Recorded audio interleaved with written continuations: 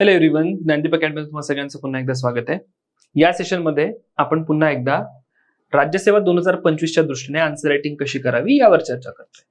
युपीएससीच्या पीवायक्यूज मधनं काही प्रश्नांच्या माध्यमातून आपण समजून घेऊ की मराठीमध्ये आपल्याला राज्यसेवा 2025च्या हेतूने उत्तर लिहिणं अपेक्षित नेमकं काय आहे. तर या ठिकाणी हा एक प्रश्न तुम्ही बघू शकता ज्यामध्ये विचारलेला आहे, उत्तर गोलार्धातील प्रमुख उष्ण वाळवंट 20 डिग्री ते 30 डिग्री उत्तरेला आणि खंडांच्या पश्चिमेकडील बाजूस आहेत का. फाईन.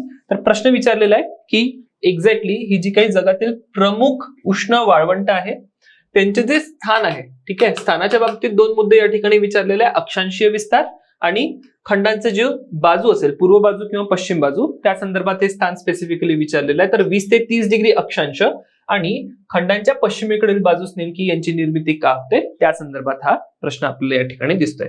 सो लोकस फोकस समजून घेऊ. लोकस सिंपल आहे, वाळवंटांची चर्चा आपल्याला या ठिकाणी करायची आहे आणि फोकस जर सांगायचं झालं तर वाळवंटांचं स्थान हे त्याचं एक मेजर फोकस आहे आणि त्याच्यासोबतच त्यांची निर्मिती, कारण की आपल्याला काय दिसतंय की या पर्टिक्युलर स्थानांवरच वाळवंटांची निर्मिती होते. म्हणजेच फोकसमध्ये काय काय सांगायचंय, त्यांचं स्थान आपल्याला स्पष्ट करायचंय आणि त्याच ठिकाणी निर्मिती का झाली आहे ते सुद्धा इथे नमूद करायचं आहे. फाईन. सो लोकस आणि फोकस आपण समजून घेतलाय. बेसिक आता वाळवंट काय आहेत त्याच्यामध्ये जाण्याची गरज नाहीये. सगळ्यांना आपल्याला माहितीये की उष्ण वाळवंट काय असतात. रादर बेसिक माहिती नसेल तर उष्ण वाळवंटांचे दोन प्रकार असतात, एक उष्ण आणि एक शीत. आणि वाळवंट ऍज अ कॉन्सेप्ट किंवा संकल्पना म्हणून सांगायचं झाली तर जनरली जे शुष्क प्रदेश असतात ज्या ठिकाणी पाण्याचा अभाव असतो, टेक्निकली डिफाईन करायचं झालं तर वाळवंट म्हणजेच असे प्रदेश ज्या ठिकाणी पर्जन्यापेक्षा बाष्पीभवन जास्त आहे. ठीक आहे, इव्हॅपोट्रान्सपिरेशन किंवा इव्हॅपोरेशन एक्सिड्स प्रेसिपिटेशन असं त्याला इंग्लिशमध्ये म्हटलं जातं. तर सिंपल मराठीमध्ये सांगायचं झालं तर पर्जन्यापेक्षा ज्या ठिकाणी बाष्पीभवन जास्त आहे आणि परिणामी कोरडी परिस्थिती, त्याला वाळवंट म्हणतो. उष्ण आणि शीत असे दोन वाळवंटांचे प्रकार असू शकतात. उष्ण वाळवंट प्रामुख्याने आपल्याला 20 ते 30 डिग्री वाळवंट 20 ते 30 डिग्री उत्तरेला आणि खंडांच्या पश्चिमेकडील बाजूला आढळतात. यावर चर्चा करूया पुढे. लोकस फोकस ऑलरेडी आपण आयडेंटिफाय केलाय. इंट्रोडक्शन किंवा परिचय आपण कसा देऊ शकतो या प्रश्नासाठी ते समजून घेऊ. सगळ्यात पहिले परिचयामध्ये अगेन डिफिनेशन बेस्ड अप्रोच असू शकतो, फॅक्ट बेस्ड अप्रोच असू शकतो. ठीक आहे, आता डिफिनेशन बेस्ड अप्रोच मध्ये काय असू शकतो, वाळवंटाची व्याख्या. ठीक आहे, पण मी जनरली काय सांगतो की कुठलाही विषय असो, डिफिनेशन देत असताना प्रयत्न करा की ज्या ऑब्व्हियस गोष्टी आहेत, खूप सोप्या, खूप सहज अशा ज्या गोष्टी आहेत त्या सहज सोप्या गोष्टी तुम्ही या ठिकाणी डिफाईन करू नका. राईट. वाळवंट हे एखाद्या लहानशा मुलापासून तर युनिव्हर्सिटीच्या प्रोफेसर पर्यंत सर्वांना जवळजवळ सारख्या रीतीने माहिती आहे. आणि जेव्हा तुम्ही वाळवंटांसारखी गोष्ट या ठिकाणी तुमच्या उत्तरामध्ये डिफाईन करता त्यावेळेस त्यातनं तुमच्या उत्तरामध्ये व्हॅल्यू ऍडिशन होत नाही. राईट. म्हणजे जर मी वाळवंटांची व्याख्या या ठिकाणी लिहिली नाही आणि बाकीचा सगळा मजकूर मी या उत्तरामध्ये मांडला तरी सुद्धा माझं उत्तर काही खूप जास्त बदलणार नाहीये. ठीक आहे, तर म्हणून ज्या ऑब्व्हियस गोष्टी आहेत, ज्या सर्वांना माहिती आहेत, त्या सर्व गोष्टी लिहिणं टाळायच्या, कारण त्यातून आपल्या उत्तरामध्ये व्हॅल्यू ऍडिशन होत नसते. फाईन. सो डिफिनेशन जर वाळवंटांचीच द्यायची आहे तर मी हा एक अप्रोच घेणार नाही. ठीक आहे. दुसरं फॅक्ट बेस्ड डिफिनेशन असू शकते ज्यामध्ये मग मी वाळवंटांची उदाहरणं देईल. ठीक आहे, हा एक अप्रोच असू शकतो. आता हा अप्रोच वापरताना मग काय करायचं, मी सांगेल की बघा जगातील प्रमुख वाळवंटांमध्ये सहारा वाळवंट आहे किंवा कॅलिफोर्निया एक वाळवंट आहे, so on and so fourth. आणि यांची स्थान प्रामुख्याने आपल्याला खंडांच्या पश्चिमेकडील बाजूंमध्ये दिसते आणि यांची निर्मिती 20 ते 30 डिग्रीच्या दरम्यान झालेली आहे. अशा प्रकारचा एक फॅक्ट मी या ठिकाणी मांडू शकतो. राईट. तर हा सुद्धा माझा एक इंट्रोडक्शन असेल.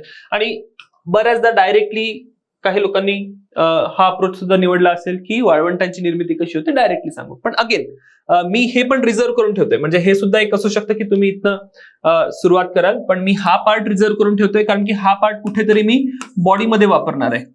फाईन. तर मी काय करतोय, वाळवंटांची उदाहरणं, आणि हे पण त्याच्यामध्ये मग एक ओळ समोर करून देईल की बघा हे सर्व वाळवंट पश्चिमेकडे आहेत आणि 20 ते 30 डिग्रीच्या दरम्यान स्थित आहेत. तर मग आता माझ्या इंट्रोडक्शनचा फायदा मला काय झाला, मी फॅक्ट बेस्ड इंट्रोडक्शन केलंय, उदाहरणं दिली, लोकेशन पण सांगितलं, म्हणजे मी डायरेक्टली क्वेश्चनला हिट करतोय. आणि त्यातनं मग मी प्रश्न जरी मोडला तरी सुद्धा मला लक्षात येतं की प्रश्न नेमका काय आहे किंवा कोणत्या मुद्द्याला आपल्याला या ठिकाणी हात घालायचा आहे. ठीक आहे, हे झालं इंट्रोडक्शन. जाऊया पुढच्या भागामध्ये. बॉडीचा जर पार्ट तुम्ही या ठिकाणी बघितला, बॉडीमध्ये काय आहे, बॉडीमध्ये मी 2 पार्ट केले. ठीक आहे, बॉडीचा पहिला पार्ट जो आहे त्याच्यामध्ये मी काय करतोय, ही वाळवंट कशी निर्माण होतात ते मी या ठिकाणी सांगतोय. तर मी सिंपली सांगेल की पर्जन्याचा अभाव आहे, राईट, आणि बाष्पीभवन या ठिकाणी जास्त आहे. एकंदरीत परिस्थिती काय असेल, तर एकंदरीत परिस्थिती असेल की वाळवंटाची निर्मिती किंवा कोरडे स्थान या ठिकाणी निर्माण होते. तर एक सिंपल मे बी 10 ते 15 शब्दांमध्ये मी सांगतोय की पर्जन्यापेक्षा बाष्पीभवन जास्त आहे आणि त्या प्रक्रियेतनं वाळवंटांची निर्मिती होत. पार्ट 2 ला जाऊया. बॉडीचा दुसरा भाग जर सांगायचा झाला तर या ठिकाणी बघा, दुसऱ्या पार्टमध्ये मला बॉडीमध्ये काय सांगायचंय, दुसऱ्या पार्टमध्ये मला लोकेशन एक्सप्लेन करायचंय की लोकेशन मध्ये 20 ते 30 डिग्री दरम्यानच का आढळतात आणि खंडांच्या पश्चिमेकडील बाजूलाच का आढळतात. फाईन. आता एक एक करून लक्षात घ्या. जेव्हा मी 20 ते 30 डिग्री दरम्यान हे सर्व वाळवंट आढळतात हे सांगतोय, तर त्यामध्ये सगळ्यात पहिला मुद्दा हा आहे की वाळवंटांची जी निर्मिती होते त्यांचं स्थान काय आहे. हे जर स्थान तुम्ही बघितलं, हा उपउष्णकटिबंधीय उच्च दाबाचा पट्टा आहे, सब ट्रॉपिकल हाय प्रेशर बेल्ट. आणि एक बेसिक जर अंडरस्टँडिंग आपण बघितली, बेसिक अंडरस्टँडिंग काय, ज्या ज्या ठिकाणी सब ट्रॉपिकल हाय प्रेशर बेल्ट आहे तर सरफेस लेवलला पृष्ठभागाला त्या ठिकाणी जास्त दाब आहे.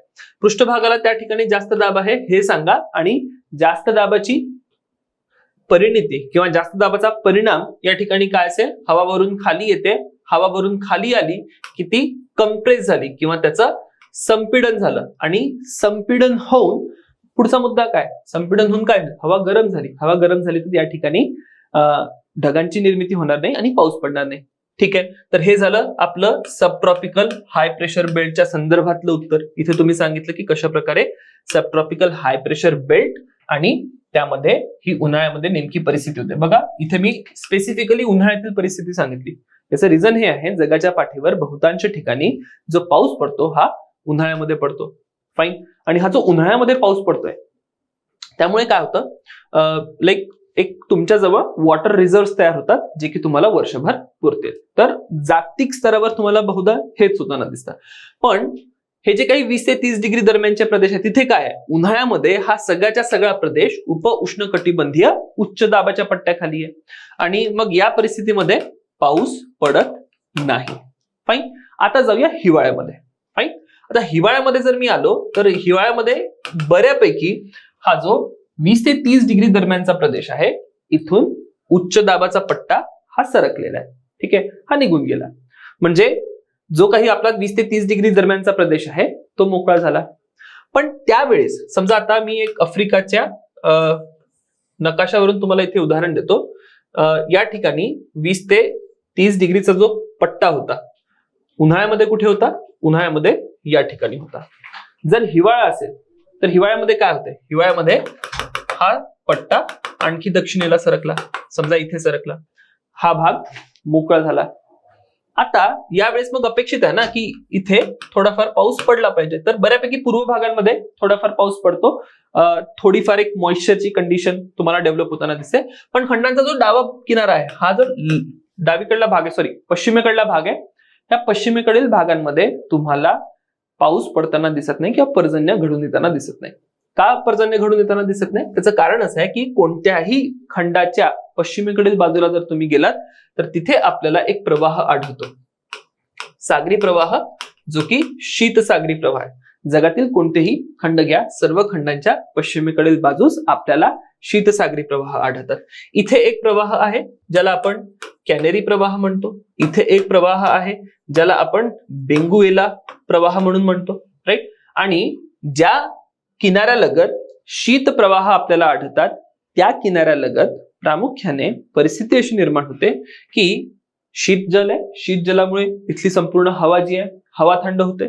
हवा थंड झाली की ती हवा खालच्या दिशेने बसायला लागते, हाय प्रेशर या ठिकाणी निर्माण होतात आणि एकदा हाय प्रेशर निर्माण झाले की पुन्हाहून इथे पाऊस पडताना आपल्याला दिसत नाही, राईट. म्हणजे उन्हाळ्यामध्ये हाय प्रेशर खाली होता, पण उन्हाळ्यामध्ये कोणत्या हाय प्रेशर खाली होता, उपउष्णकटिबंधीय जास्त दाबाच्या पट्ट्याखाली होता.